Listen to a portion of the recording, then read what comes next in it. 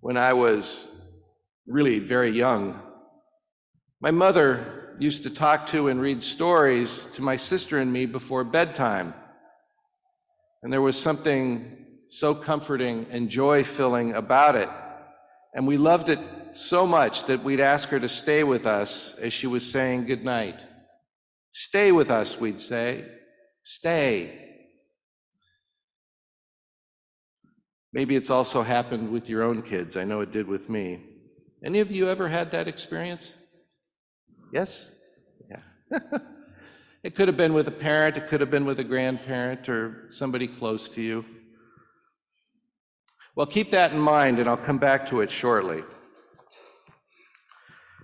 As we hear in each one of the four Gospels, the disciples did not have a lot of time to spend with the risen Jesus before he ascended to the Father. And the Gospels speak about those events where the disciples did encounter the risen Jesus as though they were slow to believe that he even did rise from the dead. And so today we hear about the two disciples who were returning from Jerusalem to their homes in Emmaus. And it's a rather strange sort of appearance that Jesus makes. And truth is, he must have spent several hours with them. And as Luke tells us, their eyes were prevented from recognizing him. And for all that time that they spent with him, it's quite clear that Jesus simply did not pick up where he left before he died. When we read these stories, those closest to him typically don't even recognize him at first. And there seems to be something about Jesus in those appearances that is completely and totally new and unexpected. Now, we just heard one of Luke's stories of the risen Jesus, and it's at the end of his gospel, and Luke writes only a few lines before his gospel ends. It makes actually a lot of sense that the stories retained by the Gospels of the risen Jesus don't offer any of the congratulations and celebrating that you might expect for someone who had been thought lost forever. Instead, we hear about something else. And it's because Jesus knows he'll be here only a very short time longer, and it's clear that his disciples were not prepared for his resurrection. And they're very quickly going to have to really grasp who Jesus really was and is before he ascends to his Father.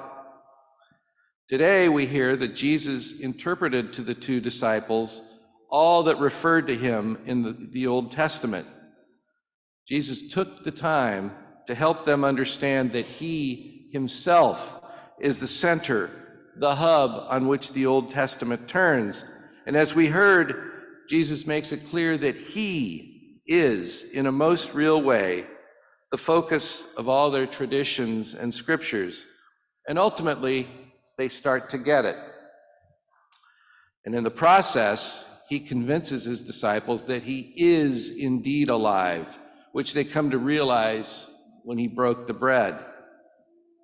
And those two disciples were so amazed and overjoyed that they ran back to Jerusalem 7 miles away.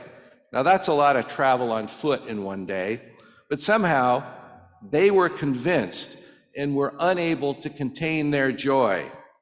And remember, they'd spent several hours with him up until the point that they recognized him.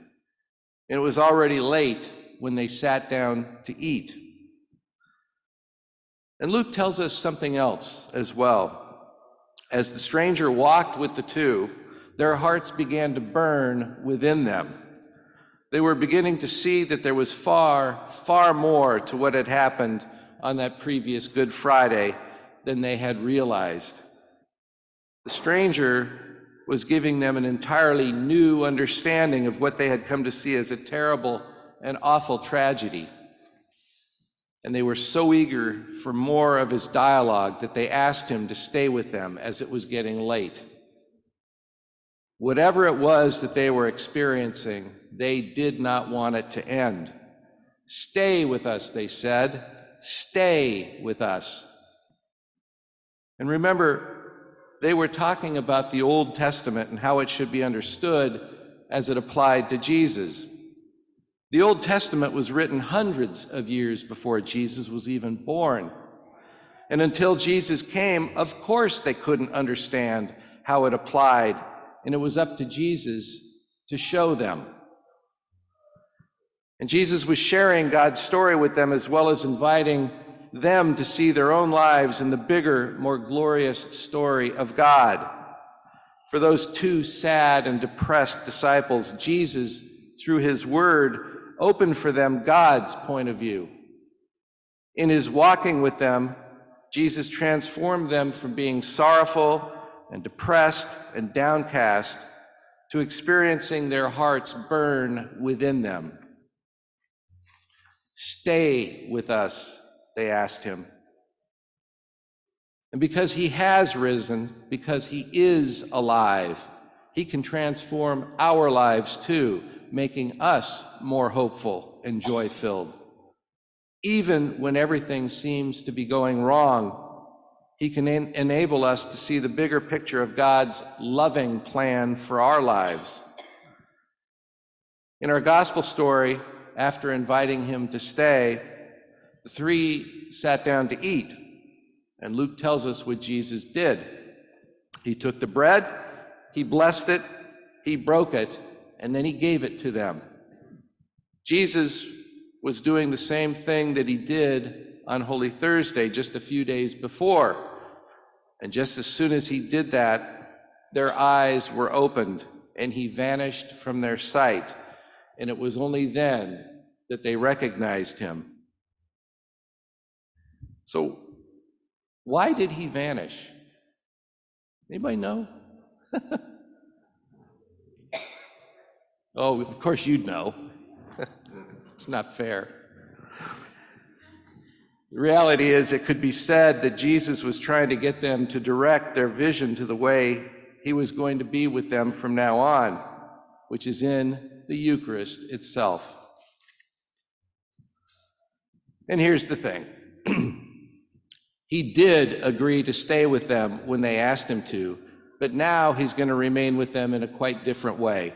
Now he's going to be with them under the appearance of bread and wine in the Eucharist, so that he'll always be with them even until the end of time. And so here we are today. What Jesus did for the disciples of Emmaus, he does for us each and every Sunday, and in fact, every time Mass is celebrated. First, the scriptures are spoken and discussed, and then a table, the altar, right here, is set and the bread is taken, it's blessed, it's broken, and then it's given. Now the disciples recognized Jesus in the breaking of bread, but they were able to see him because he had prepared their hearts by teaching them his word and unpacking the scriptures, by opening the scriptures and leading them to faith through what we now know as the Old and the New Testaments. And we still get a lot of that, a lot of what those two disciples got all those years ago. And it has not changed in all that time. Each of us can and should invite the risen Lord, the risen and living Lord, to stay with us, especially in response to the many ways that he touches our lives. And he'll lead us to the Eucharist, where our communion with him is deepened even further.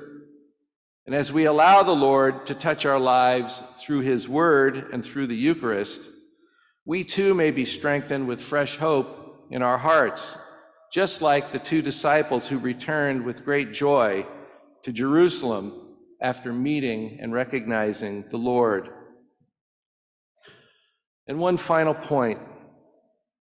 The Lord will always take the initiative toward us, but he will not force himself upon us.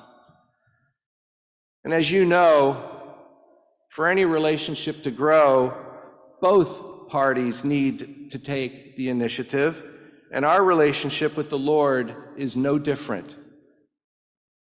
Like the two disciples, each one of us needs to say from time to time, "Stay with us, Lord.